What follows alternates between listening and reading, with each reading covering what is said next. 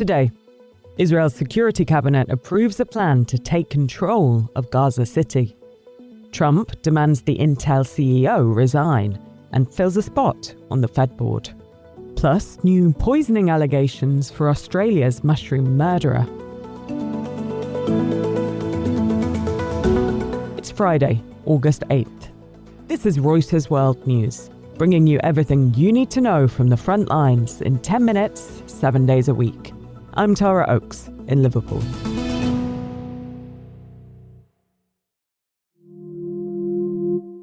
Will Israel take control of all of Gaza? We intend to, in order to assure our security, remove Hamas there, enable the population to be free of Gaza, and to pass it to civilian governance. Prime Minister Benjamin Netanyahu telling Fox News Channel's Bill Hemmer that Israel intends to take control of the entire Gaza Strip. The decision triggering protests in Israel. And condemnation in Gaza itself, where displaced resident Mahmoud al-Karashli says there is nothing left to occupy. Hamas calls Netanyahu's comments a blatant coup against the negotiation process. Alex Cornwell is in Jerusalem. Alex, Israel's political security cabinet has approved a plan to take control of Gaza City. What does this mean exactly? The Prime Minister's office has not articulated what the rest of the plan is beyond saying that Israel will have security control in Gaza. Ahead of the meeting, sources did tell Reuters that one of the scenarios that was being considered was that so-called evacuation warning notices would be issued to Palestinians, giving them possibly several weeks to move out before the military moves into areas that it does not already control. What's the reaction been in Israel to this?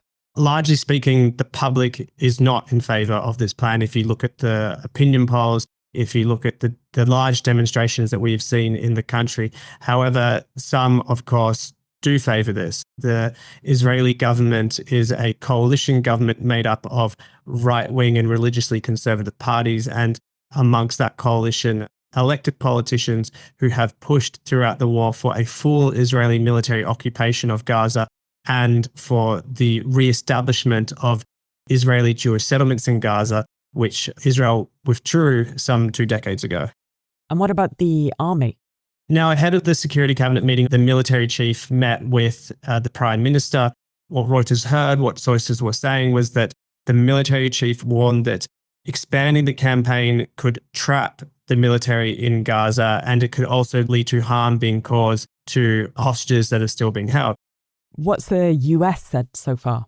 We haven't seen any immediate reaction from the United States. We have seen some countries such as Australia and the United Kingdom urging Israel not to expand the military operation.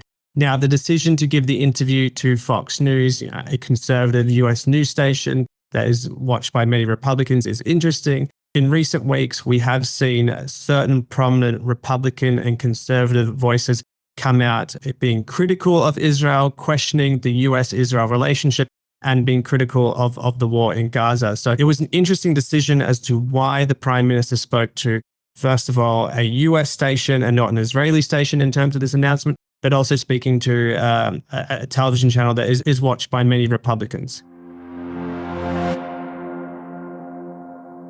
President Trump has nominated Council of Economic Advisers Chairman Stephen Miran to fill the open spot on the Fed board.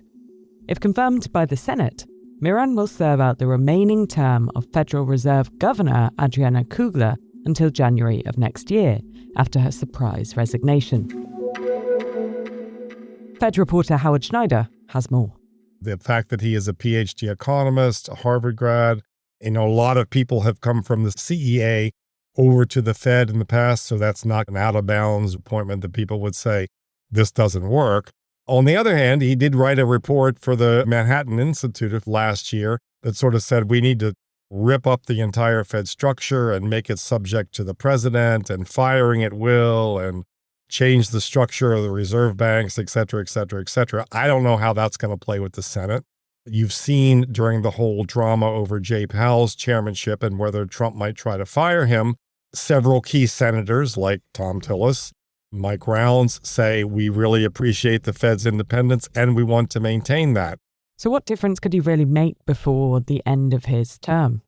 I think that his statement that this is just a short-term appointment, you got to take that with a grain of salt, because this is a guy who wants to do a lot of upending of how central banking is done in the U.S. His ideas to the central banking community and to the central banking sort of consensus is pretty radical. So the question is whether or not he's really just going to serve 3 months there and then go back to something else. I will point out that one of his criticisms of the current operation is the revolving door between administrations and the Fed. So to not be hypocritical, presumably he's not going to go through the revolving door one way and then go back through it to his job at the CEA, which suggests, if that's true, is he going to be appointed to the 14-year job or to the chair's job?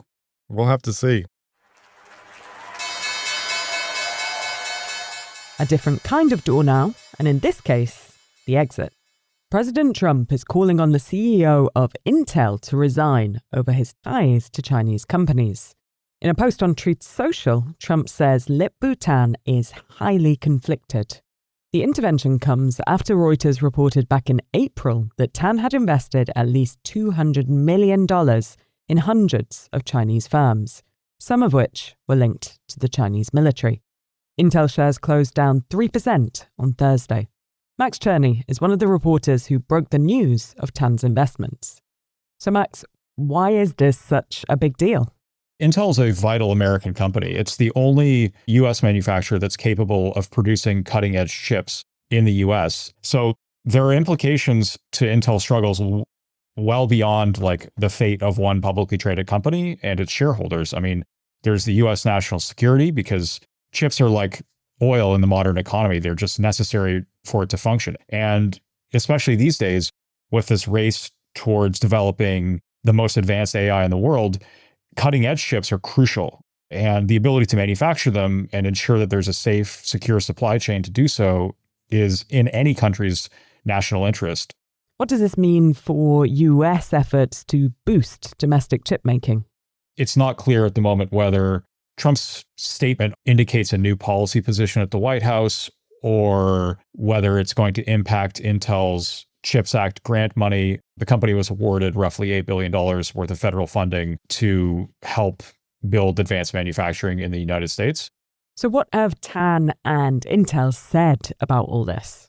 Tan has not responded to our request for comment, and Intel issued a statement and said that the company, the board, and the CEO are deeply committed to advancing U.S. national and economic security interests and are making significant investments aligned with President Trump's America First agenda.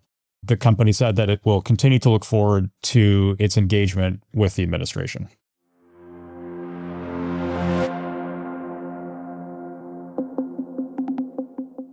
And while President Trump is piling the pressure on Intel's CEO, he's also upping the ante on big lenders.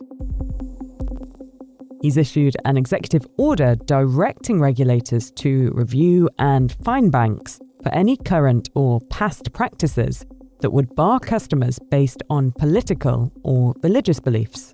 And in another order, he's also allowing more alternative assets to be options in 401k retirement accounts.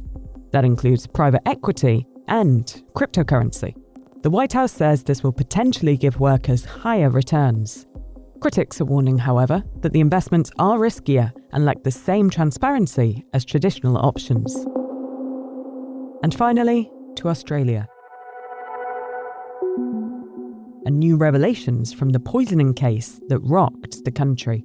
Erin Patterson, the woman convicted of murdering 3 in-laws with beef Wellington laced with toxic mushrooms, allegedly tried to kill her estranged husband multiple times using poisoned pasta, a chicken curry, and a sandwich wrap. The details of the allegations are being made public for the first time. Court documents show Simon Patterson became so suspicious of his wife's cooking that he kept a spreadsheet tracking his illnesses after eating her food. Evidence from a computer seized from Patterson's home, showing searches for other kinds of poisons, was also excluded from the trial. 50-year-old Patterson maintained her innocence throughout the case, with her defense calling the mushroom deaths a terrible accident.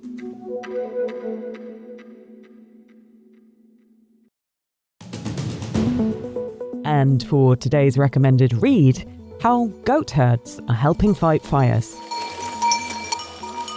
Follow the link in the pod description for some stunning pictures on the unlikely firefighting recruits in Catalonia. For more on any of the stories from today, check out Reuters.com or the Reuters app. Don't forget to follow us on your favourite podcast player. And if you're listening on a smart speaker, just ask for the latest news from Reuters every day of the week. We'll be back tomorrow with our daily headline show.